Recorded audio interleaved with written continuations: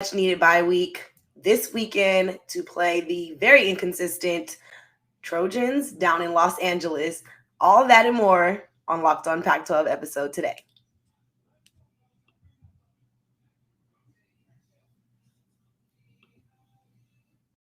You are Locked On Pac-12, your daily podcast on the Pac-12 Conference. It's the Locked On Podcast Network, your team every day.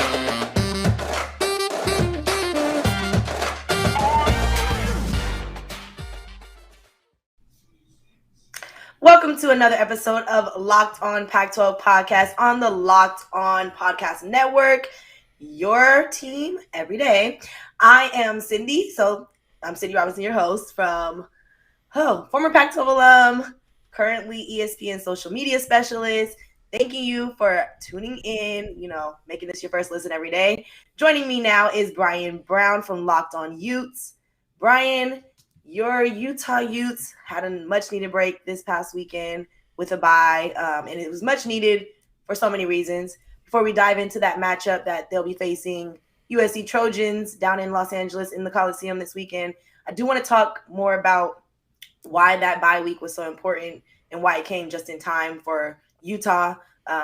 Unfortunately, Utah lost a player to senseless gun violence, and that was their player, Aaron Lowe. I do want to get some updates from you and just how this week or the last 2 weeks have been for the Utah Utes and how important it has been for them to have this space and time to grieve and just prepare their minds for the rest of the season. It's been vitally important. I think bye weeks are important for football teams no matter what. It's a chance to get your legs underneath you. In this instance, I think it was an opportunity for the Utah football team to get their emotional legs underneath them.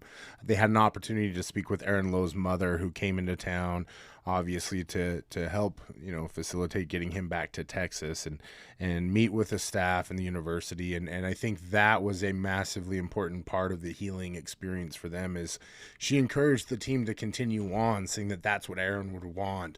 In essence, giving them permission to go back to football. I think this was a football team that lost kind of their heart and soul in a lot of respects. The consistent feedback about Aaron, and really, if you met him, you kind of knew this already. He just had an electric smile about him. In fact, Britton Covey, one of the team captains, mentioned that if you had to choose, that probably the two best smiles on the Utah football team were Ty Jordan and Aaron Lowe. And the two star-crossed friends, both having lost their lives within a year, just has really, really weighed heavily on this team. Thankfully, I think over the bye week, the Salt Lake City Police Department was able to make an arrest in the homicide of Aaron Lowe. And so I think that, combined with being able to hear from Aaron's mom and being able to be together as a team, because when Ty Jordan had passed away, everybody was home. They'd left campus. It had been a tough season. COVID had kind of split everybody up. And so the opportunity to be together and kind of heal and grieve and deal with some of those open emotional wounds, I think, was much, much needed. I don't know that this team is really going to be back to 100% emotionally at all this season. I really don't know how any team could be. Right. They're not the first team that has dealt with something like this. I know that Washington State also had a shooting happen, literally the same weekend as what happened with Aaron Lowe. But luckily, their player was able to survive and, get help, hospitalized and all that. So they didn't necessarily lose him. But there have been players in the past that they lost to suicide and some other situations. I do think that when things like this happen, it puts into perspective that this is just a sport, and while it's fun and important to a lot of people's life and their livelihoods for their future, and even just now getting them through college and providing a future for them, there's so many things that are more important, and one of those being those relationships that they made with these players and how important their fellow teammates are to them. They're a brotherhood at this point, and losing a brother at any stage in life can be just heartbreaking, and one of those times where you just don't feel like, oh, I'm just going to go back to everything being normal, and focusing on all my energy on just playing. I think one thing that we could probably expect is for them to use this as motivation for the rest of their season, because unfortunately things do have to continue to go on. And like you said, it probably is something that Aaron Lowe would want for that team. That he would want them to go on and, play as hard as they can and try to redeem themselves through the rest of the season, which we'll talk about further more about, how Utah's been playing and everything. But I definitely did want to get updates about how the team was doing, through this situation and preparing for the weeks to come. Yeah, I think the bye week was a much necessary aspect in this whole situation.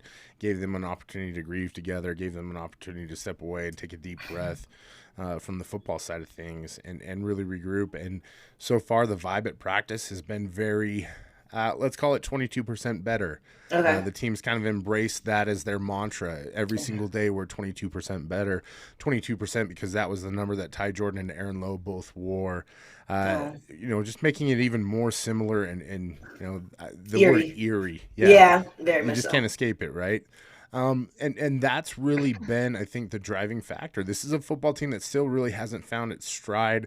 Replaced the quarterback at the start of the season with Cam Rising taking over for Charlie Brewer.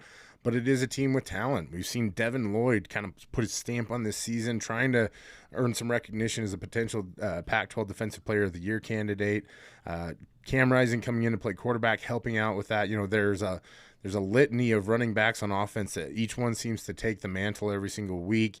So it's a team that's looking to finally put together a performance. Now, I'm not going to put any kind of expectations on these guys after going through such a trying time and trying period, because even as someone who had to talk about it daily, it put me, real down. But there is a vibe and kind of a focus out of this team that tells me that they are 100% committed to doing everything they can to go down to LA and try and get a victory for the first time in over a century.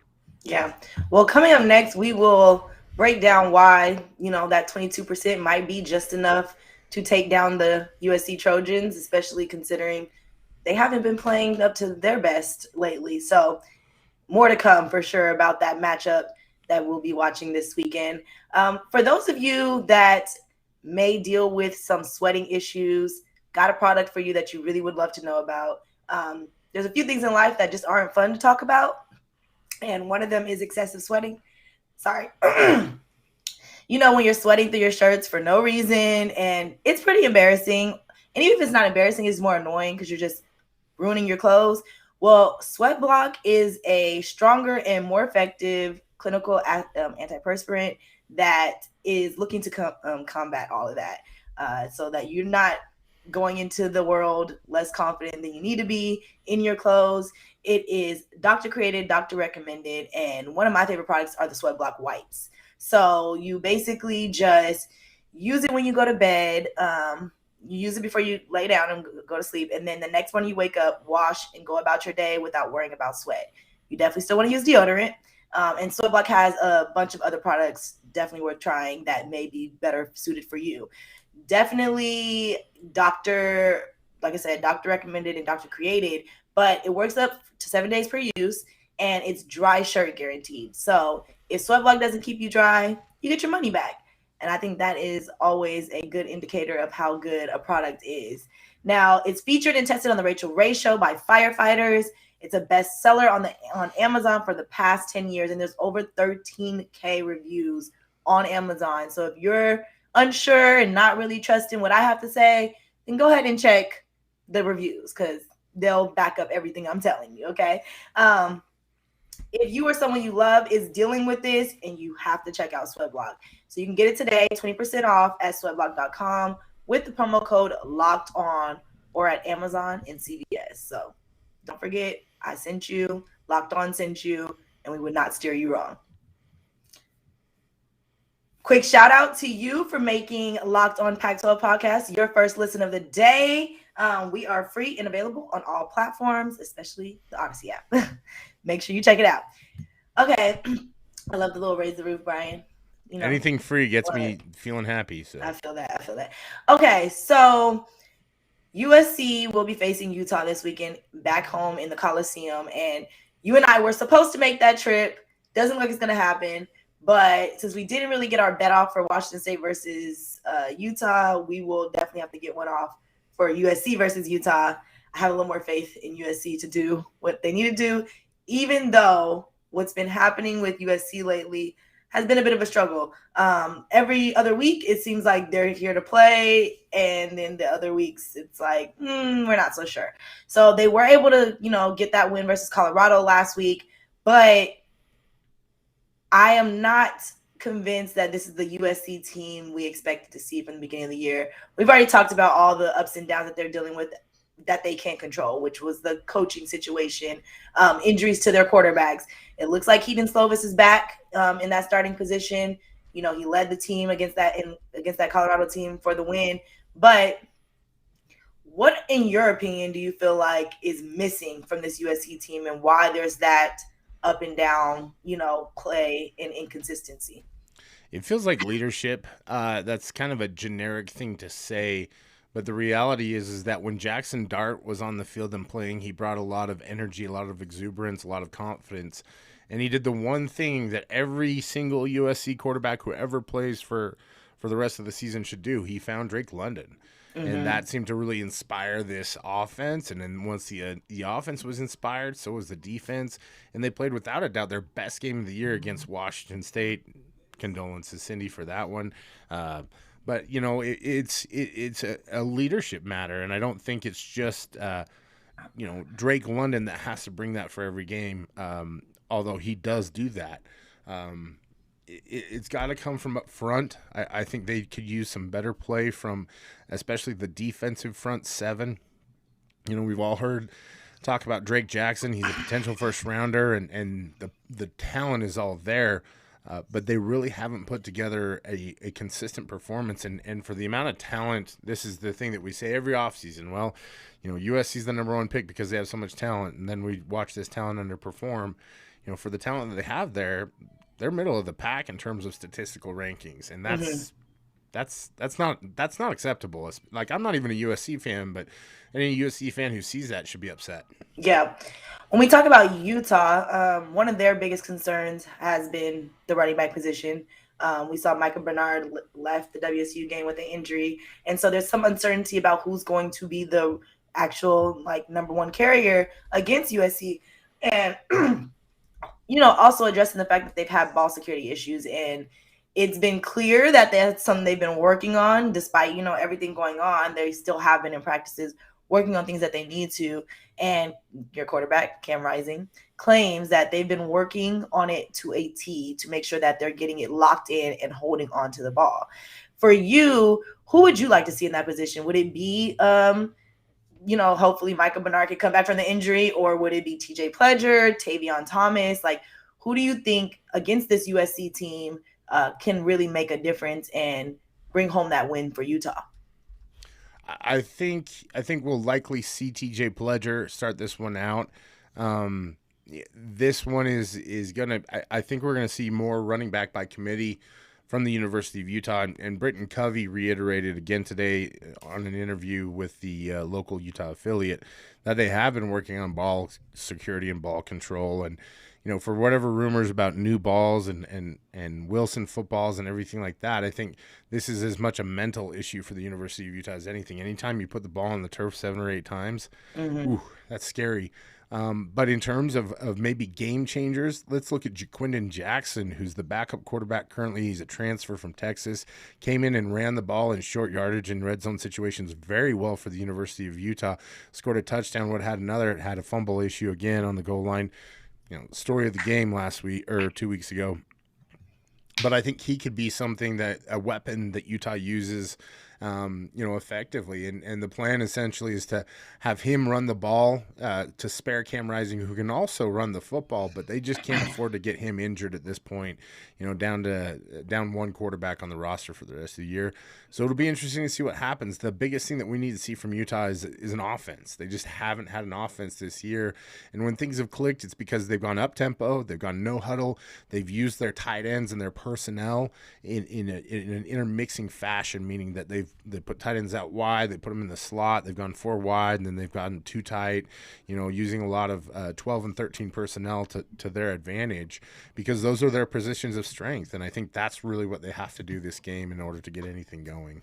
I think we can't talk about this matchup without acknowledging the fact that Utah hasn't been able to beat USC in the Coliseum for how many years again? Remind me. Yeah, everybody has a rough century. In Utah's defense, it's only like 10 or 11 games total, but yeah, it's been 100 years. Don't say it's only been 100. It don't matter. The years matter, and that's what we're hearing. That's something that I feel like SC needs to use to their advantage in this situation, because there should always be the confidence playing in the Coliseum, playing at home with that crowd. I'm not 100% sure how attendance has been, through returning from, with COVID and everything going on. I do know that in Los Angeles, things are about to get a little stricter as far as, where you can go without showing your vaccination card. It's almost nowhere. By November 7th, I believe, or 4th. There's a few different dates I've seen, but things are going to get a little stricter. So I do think that'll eventually affect attendance if it hasn't already. But nonetheless, the Coliseum is home for the Trojans, and whether it's filled with fans or not, they should be showing up to represent and, defend their turf. It's also going to be a primetime game on Fox National, so that's another big deal. You have to wonder if maybe the Matt Leinart, Reggie Bush magic shows up to cheer him on the sideline again. The last time Utah was at USC on a Friday night on a nationally televised game, the Trojans kind of steamrolled them, and that was that 2019 team that only lost 1 game in the regular season, ended up losing in the conference championship to Oregon. But that was a potential college football playoff team, and USC really kind of stuck it to him with a backup quarterback in Matt Fink. So there is some magic. This has become a bit of a rivalry. I think on the USC side of things, every team thinks they're a rival with USC. I think the difference is that Utah is kind of that snot-nosed punk that talks a little bit too much and kind of talks a little too loud. And so USC loves to come in and shut them down. And that's created some really good, fun moments. I'm looking forward to a great game, because we really haven't had any blowouts for the most part since this series is restarted, since Utah joined the Pac-12. But it's really hard to go against USC in the Coliseum at any point. They're just really good there. Yeah. Well, it's like the Spirit of Troy or something. Who knows? Well, still to come, Brian and I will give you our predictions for this weekend's matchup. We'll also discuss this little wager that we've been discussing about this matchup, since we didn't really follow through with the Washington State one. Man, Brian's going to owe me some tacos, y'all. He don't even know yet. But for those of you that, may need some help with your car, or just a great way to save some money, this is what you want to know about, and that is rockauto.com. With the ever-increasing numbers of makes and models, it's now impossible for your local chain and auto parts store to stock all the parts you need. So why would you even endure often pointless or seemingly intimidating questioning and wait while the person behind the counter orders the parts on their computer? It is so easy for you to go ahead and head to rockauto.com and save time and money for yourself. So Rock Auto is a family business serving do-it-yourselfers for over 20 years. Their auto prices are reliably low for every customer, no matter who you are. They literally have everything you could need, from brake parts to tail lamps, motor oil, and even new carpet. So go explore their easy-to-use website today to find the solution to your auto part needs. You literally can get anything here, you guys. I mean, anything for your car. And it's a great way to save money and not really have to deal with the prices that a dealership or a, regular auto parts store would price you for. Always looking for ways to save money, especially when it comes to your car, because for whatever reason, your car always seems to break down on you or, fall out right when you think everything's going good, or when you just don't need that extra bill, right? So great way to save money is rockauto.com. You can head there now and see all the parts available for your car or truck. Write Locked On in their How Did You Hear About Us box so they know we sent you. Amazing selection, reliably low prices, all the parts your car will ever need, rockauto.com. Now, if I'm helping you save money, I'm going to help you make some money too. We're back and better than ever, and all eyes are on the gridiron as teams are back for another football season. As always, BetOnline is your number one spot for all the pro and college football action this season. So with a new updated site and interface, even more odds, props, and contests, BetOnline continues to be the number one source for everything football. So head to the website or use your mobile device to sign up today to receive your 50% welcome bonus on your first deposit. Don't forget to use our promo code Locked On to receive your bonus. From football, basketball, boxing, right to your favorite Vegas casino games, don't wait to take advantage of all the amazing offers available for the 2021 season. BetOnline is the fastest and easiest way to bet on all your favorite sports. BetOnline is where the game starts. Now, BetOnline may be where the game starts, but I think this rivalry, with USC and Utah is where our bet starts, okay? And I'm letting you know now, you're going to have to order me some tacos on, maybe I'll make it for Sunday. So when I'm watching Sunday NFL, I have my, tacos, all courtesy of USC beating Utah. That's what we're going with here. I'm going for USC, obviously, but I truly believe that USC is going to find a way to pull off this win against Utah. No shade to Utah in the sense of, I feel for you grieving. They have their funeral services for Aaron Lowe on Monday, and it would be amazing for them to walk away with this win going into that funeral. But on the less sensitive side, they got to take this L. I'm sorry. And that's the thing is I think there's a lot for Utah to prepare for. It's getting back together mentally and emotionally after losing somebody, not just to injury, but losing their life. Yeah. That alone, just getting back on the field, I think that's a win for the University of Utah in my book. Huge. On top of that, you're trying to get an offense on track that hasn't been on track all year. On top of that, you've had an offensive line that's kind of struggled against the athletic defenders, especially on the edge, and USC's loaded with them. On top of that, you have a young defensive backfield. So, we're going to take the bet. I'm never going to turn down an opportunity to root for my Utes. But if I'm being honest, I really struggle to see a place that Utah gets out of this one with a win. Okay, to be fair, USC is facing some of those same inconsistencies. The offense is nowhere near where it needs to be, and that is in huge play to the quarterback back and forth. We've seen Keaton step in, we've seen Jackson Dart step in, and we've seen them both have to step down due to injuries. And so for one thing, we know that injuries never have a timetable on them 100%. Anything could happen at any time in any game. I think Kyle Whittingham said it perfectly when describing the Pac-12 right now. You really don't know what to expect, and the consistency is the inconsistencies. Yep. It's really, and I think out of every team in the Pac-12 right now, USC has been the most consistent with being inconsistent. And I've been calling it a roller coaster of a season is because every other week they win, lose. Every week it's win, lose, win, lose, win, lose. And it's hard to say what is their game right now. You did point out some great things, like when they use Drake London, when they, connect with him, we see magic happen. We see them actually have that success that we've expected. But if that's not an everyday situation for them, and then if that's not even an everyday opportunity, because what if Utah shuts down the passing game? So what is there going with for the run game? What do they have as their run game? That's the situation they're facing right now. But the Pac-12 is full of inconsistent play. We saw that all last weekend with Stanford taking down Oregon, Oregon State, and ASU and Utah being the only teams without any conference losses yet. Then you have Washington State trying to, make some moves, beating Cal, but I don't know how much that stands for anything. Arizona's still Arizona. I'm sorry. And then UCLA, taking the L to ASU. That was a big kind of shift for the Pac-12 South.